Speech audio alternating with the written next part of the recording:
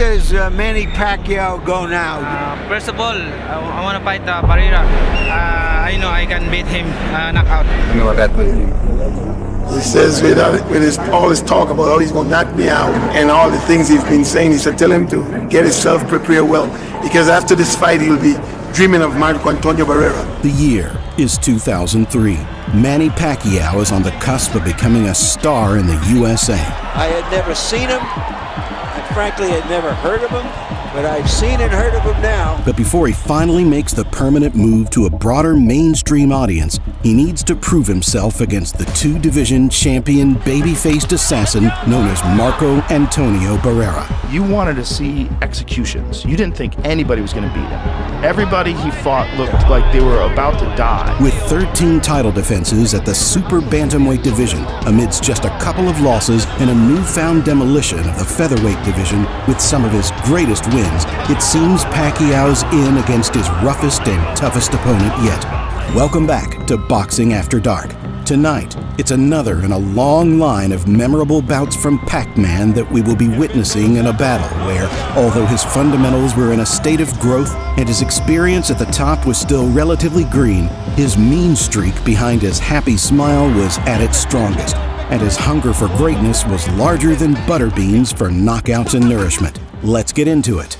Manny Pacquiao's record, when viewed in an era where losing your O means you have to go and your promoter washes their hands with you, seems average at 38 wins with 2 losses and a draw. You come to a fight with Frazier and he loses and you leave with Foreman or something like that? Yes, that's true. That's business. But while one loss was against a man who was 15-8 and another against the sadly forgotten but underrated champion Mgoan Singarat, these losses are quickly disputed when having their tale told. The first loss was at the age of 17, when the young man shouldn't have been in the ring to begin with. They told me the required age is 18, but I was only 16. So I lied and told them I was 18 years old. At that time, I weighed 98 pounds, which was 10 pounds under the minimum weight. So in order to make weight, I put heavy objects in my pockets to make me heavier. And the next was when stepping up to retain his title of champion and realizing levels of boxing that a young man of 20 can't possibly understand. Pacquiao's career was incredible for his age. At 24, he was already a 2-weight world champion and now fighting the experienced Barrera for a third, and his influence all over Asia as a small yet lovable fighter helped an entire continent appreciate a sport that hadn't seen much spotlight since Gabriel Elorde over 30 years prior. Zero crime in the entire country. The rebels, the secessionists, ceasefire. Everybody's at a ceasefire.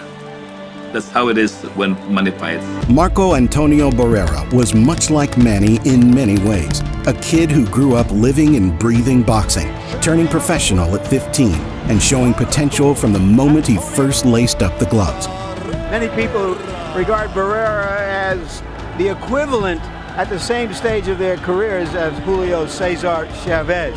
But while Pacquiao was just now getting into his prime, Barrera was unfortunately in the twilight years of his, having 3 losses to his name. Time that he deserved, but it's going to be over. The bell ends the round. Has the referee stopped the fight? Referee has stopped the fight. Nobody seems certain of exactly what happened. The first 2 blunders were against the 2-weight champion Junior Jones, and while his first loss was in a bizarre sequence of events that led to disqualification due to his cornerman entering the ring 1 second before the bell went, the second loss was due to an overall lesser performance from what most were used to when watching Barrera. His final loss thus far was against his legendary partner in crime, Eric Morales. No, yo no lo odio, no más, simplemente que chingue a su madre, así de simple. But while Barrera had his 3 losses, his wins were Hall of Fame worthy and acknowledged as such many years later. From being the only man to defeat Prince Nassim Hamed, to his revenge against Eric Morales and his brutal knockout of Kevin Kelley, Barrera was in the prime of his career, with his most remarkable stretch of wins thus far, and one of the best stretch of wins in the world at the time. Barrera was out for blood, and if he could open a wound on the new kid on the block, Manny Pacquiao, many were sure that the kill wouldn't be too much further down the line. The night arrived on the 15th of November in 2003. As the youth of Pacquiao glimmers in the ring and Barrera's experience shines, it's set in stone that either a new young fighter will become a three-weight world champion and continue his path to becoming an all-time great, or an older champion with an already stacked resume is about to become even more remarkable. Incidentally, 10,127 in the Alamo Dome for this fight. Jim, I'd like to point out that Lawrence Cole. Lawrence Cole's going to call that a knockdown as he motions Barrera to a neutral corner and applies the count. And already Barrera has knocked Pacquiao down. I'm not sure that Cole saw that punch land, and I'm not sure that a punch did land. A heavy punch land. It looked as much like a slip as anything else. laid back counterpuncher. Surprisingly, Barrera is much more aggressive than I expected. Back something that Pacquiao was not prepared for. Barrera takes a couple of hard punches right up the middle as Pacquiao lands a 1-2 through the guard. Great action in the first round, back accurately when Pacquiao lands over the top. Now Barrera goes with the body, the left hooks. Left hand counter by Barrera. Pacquiao is trying to find a way to get his straight left hand through the center, but he cannot seem to find the target. It was not a punch. Definitely not a punch. Should have been called a knockdown. I scored that round 10-9 for Barrera. Barrera is right now using the jab very effectively, trying to get his range, and I think Pacquiao is trying to take control. Is this going to be a good fight? Because neither guy is going to accept the other guy controlling the fight. To get into range to land his jab, and since that time, he's been tactically in control. 4 or 5 of them, 6 in the last 30 seconds. He never shows emotion in the ring. Big combination by Barrera as he catches Pacquiao coming in. Manny comes back with body shots of his own. Hard body shots from Pacquiao. Has come out with a determined rally in round 2.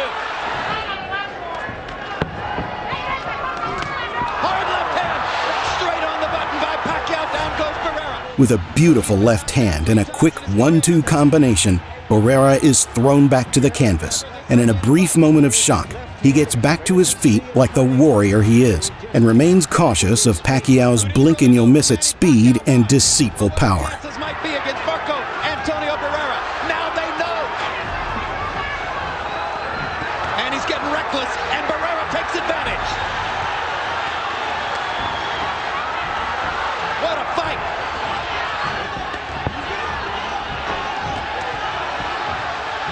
Pacquiao is strafing Barrera with left hand. Survived this round, and Pacquiao runs out of gas a few rounds later. Pacquiao's going to be in trouble, but if this stays right here, everything is great for Pacquiao. Just stays right here. Pacquiao coming right through the right hand counter. Landed another big left hand. Okay, Jim. 2-1, 28-27. Manny Pacquiao. On Larry's call of the non-knockdown in the first round, if the referee rules it a knockdown, you got to go 10-8. I know that's the rule, Harold, but I also think we ought to use common sense. Yeah, but Harold's trying to do it the way the official judges would do it, Larry. Right. Which means without the benefit of television replay. Well, that's where Harold and I... Pacquiao seems to have gotten his rhythm back together again, and Barrera seems to just still look a little too slow. Even when he's punching, he doesn't seem to have the speed that he once had. Barrera's going to have to counter to victory tonight if he's going to be able to win. As he's now definitely trying to stay away and not always able to do it. Now Barrera counters back and momentarily stuns Pacquiao with a 1-2. He's very vulnerable for straight lefts. Barrera getting 3 chances to counter with the left hook, but taking a lot of leather to do it. Barrera's left eye is now starting to swell badly. CompuBox numbers in the 4th round again favored Pacquiao, particularly the 18-7 edge in power connects. Hard right hand by Pacquiao. Barrera just trying to stay away. It's probably a marker sometimes. But Pacquiao... Another hard left hand for Pacquiao, who's getting a chance to target it. This fight there is perceived as Ali Frazier won. This is where Julio Cesar Chavez got it wrong with Pernell Whitaker, right? Those are governing body judges who gave Chavez his draw with Whitaker.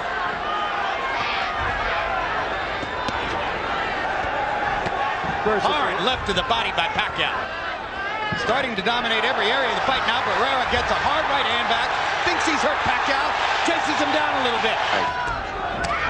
this kid is fighting with so much speed and so much determination. Gibbs as good as he takes. Another right hand over the top. But Pacquiao's body punches set up another knockdown, and Lawrence Cole says it's not a knockdown. Their feet must have been tangled up. I'll tell you what, that was a hard left hand, and there's another one like it. That looked like more of a knockdown, certainly, than the one in the first round. No question about it. 5 rounds to 1, 58-54, Manny Pacquiao. Round 7 has Pacquiao's infinite potential on show as he outboxes, outlands, and outmaneuvers the great Marco Antonio Barrera before him. While Barrera lands decent blows from time to time, the bout has seen him in steady decline as he struggles to keep up with Pac-Man's unmatchable pace. Pacquiao still determined not to let him take control over this fight. Now the right jab is coming. Good uppercut by Barrera. Left hand counter. Stunned Pacquiao. Barrera backs him into the ropes. Now Barrera butts Pacquiao intentionally, and you saw it. Referee Lawrence Cole properly warning Barrera about that. Right here you see Pacquiao shooting in, shooting a straight left, and while he's finishing up here, his head accidentally bangs in. I mean, it is something that was definitely an accident. It's going to be a slugfest from here on in. Barrera understands he can't box for a minute anymore. He's not going to try to box him. He's going to trade. One punch. And what's interesting, there's another bad headbutt. But Pacquiao came back so fast that the referee didn't get a chance to really see it. Pacquiao throwing many more punches as he hammers away at Barrera. Pacquiao could be emerging in this fight as the second exciting fighter to come on the scene this year following Mayorga. Hard left hand by Barrera. Hard right hand by Barrera. Uppercut landed. He is Barrera's promoter, so the look of concern has to do with the jeopardy in which Barrera finds himself. He's finding out what being a promoter is like. Pacquiao giving Barrera momentary breathing space. Right now, he cannot time the rhythm and the movement of Pacquiao. The punches. Pacquiao lands a left hand. Barrera counters back with a left and a right. Big punches from Pacquiao, and again the power deficit shows. I can safely coast to losing a decision. I can gamble and let it all go out for a knockout. He can't handle the speed of the movement of this guy, so in that case you just have to go for your power. Doesn't seem to want to slow down at all. And now Dickie Cole is going to warn Manny Pacquiao. -1, -1. Well, I think it was did he try to butt it? A quick little headbutt, and it was out of his frustration. -40 wouldn't hurt him. He can't win a decision. Big left hand again by Pacquiao. Barrera having trouble seeing out of his left eye. But I agree with you. I don't know if Barrera wants to fight him again. I'm not sure what would the strategy for the rematch be. Mugging him and about to leave him in the gutter. Manny, it's too late for the body right now. Let's go ahead. All right? He's urging Pacquiao to go for it. He doesn't want to leave anything to chance. He's not coasting. He's not lighting it up back when they make that move. If you slow down, you'll lose the fight often. In fact, my question is, as great as Barrera is, should his corner keep sending him out to take this kind of punishment? He's one of the highest regarded fighters in the world. One of the most entertaining fighters in the world. One of the most complete fighters in the world. You're hitting the belly and he Second official knockdown of the fight for Pacquiao. He's right on top of Barrera. In that occasion. But officially should have been a knockdown. But he's taken a lot of left hands. I wouldn't send him out to the 12th round, Manny. There's no way a great fighter should have to go through 3 more minutes of this. No, because Pacquiao is not backing off. If you had a guy that was He's getting hurt. Here comes Barrera's corner. Barrera's corner man is up on the apron. He's going to step into the ring. That's a good decision. Finally. They could have done that 2 rounds ago. Very impressive. A superstar emerges in San Antonio.